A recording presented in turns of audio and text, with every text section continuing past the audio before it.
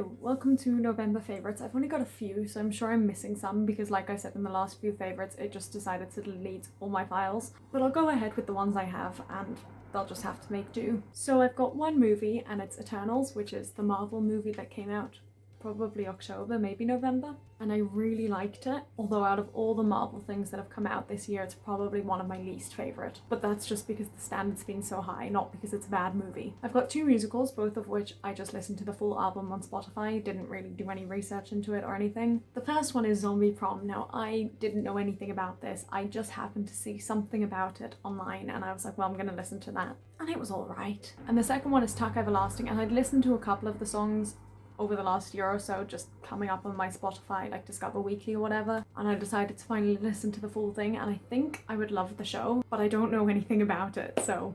Then for music, I've got three things. The first one is The Greatest Show from The Greatest Showman, which I also did a dance to, as you may have seen in my November recap video. And I just loved the dance. Like the day we learnt it, I already loved it just because the song is so great. And then as we progressed the dance and as I got more practice at it, I just kept loving it even more. So that was a big highlight of my month. Then, of course, I've got Sondheim, and actually just by chance, probably about the week before he passed away, I had already decided to start listening to some Sondheim just on repeat, like just a Sondheim playlist, and I really like him and his music anyway, but it's not usually something I would just sit and listen to, but I just decided to give it a go. And then obviously he passed away and I was like, well, now I definitely need to keep doing this. So I spent a good while of especially the later half of the month listening to his music. And finally, Christmas music. We got to November, we'd finished Halloween, we were over it, and we were right onto Christmas music. I actually think I started later this year and listened to it less this year, but who doesn't love a good Christmas playlist? Then I've got two fashiony things. The first one is the most